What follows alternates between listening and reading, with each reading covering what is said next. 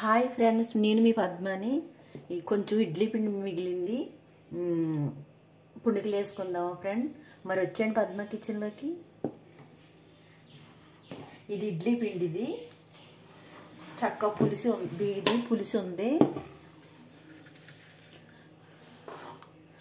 ఉల్లిపాయలు, పచ్చిమిర్చి, కరివేపాకు, అల్లం ముక్కలు,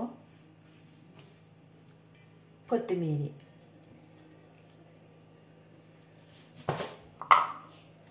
కొంచెం జీలకర్ర,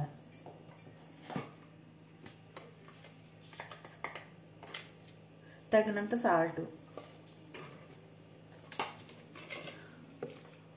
సరిపడినంత, అంటే మన పుణుకులకి ఏ విధంగా వస్తాయో మన చేతికి అంతవరకే మైదా పిండి.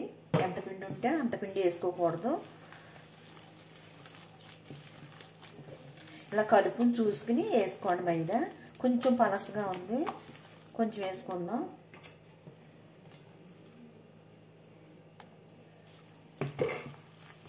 ఇడ్లీ పిండి లాస్ట్లో మిగిలిపోయినప్పుడు ఇలా వేసుకుంటే చాలా బాగుంటాయి ఫ్రెండ్స్. ఇంకా దీంట్లోనూ వంట సోడా అది ఏమీ ఎక్కర్లేదు, ఎత్తే కనుక నూనె లాగేస్తాయి, బాగో ఫ్రెండ్స్. ఈ విధంగా కలుపుకోవాలి, చక్కలా పునుకులు పడిలా కలుపుకోవాలి. వేసుకుందామా? మరిగిపోయింది నూనె.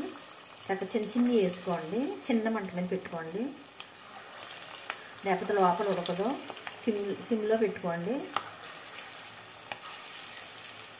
ఎప్పుడైనా సరే ఇడ్లీ పిండి మిగిలిపోతే అత్తమానట్లే కాకుండా ఇలా పునుకులు కూడా వేసుకోవచ్చు. మీకు తెలుసు అనుకో, నేను వేసుకునే విధానం మీరు చూస్తారని నేను చెప్తున్నాను. దీంట్లో వంట సోడా వేయకండి, నూనె ఎక్కువ లాగేద్ది.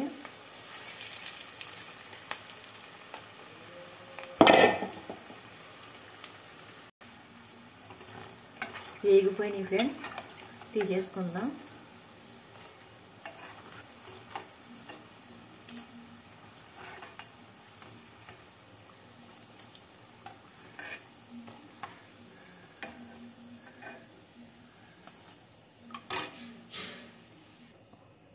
మళ్ళీ కొంచెం కొంచెం వేసుకుందాం.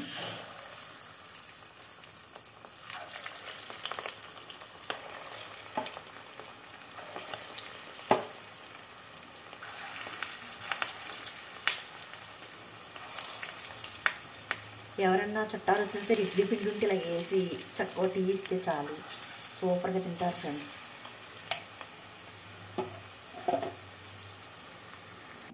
అంతే ఫ్రెండ్స్, చిటికలా అయిపోయినాయి. ఇడ్లీ పిండితోటి చిట్టి చిట్టి పునుకులు కరకరలు ఆడతా సూపర్గా ఉన్నాయి. చూడండి ఫ్రెండ్స్, ఇడ్లీ పిండితో చిట్టి పునుకులు రెడీ.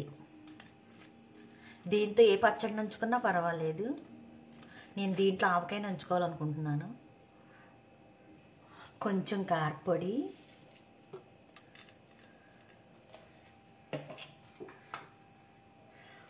కొంచెం గోంగూర పచ్చడి,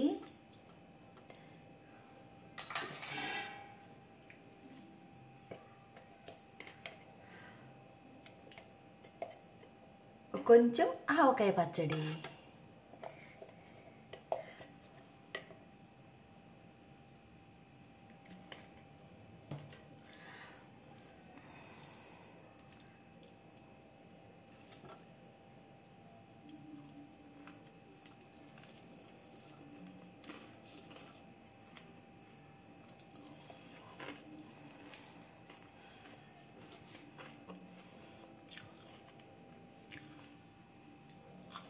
సూపర్ ఫ్రెండ్స్. సూపర్ వచ్చినాయి పునుకులు, చాలా బాగున్నాయి.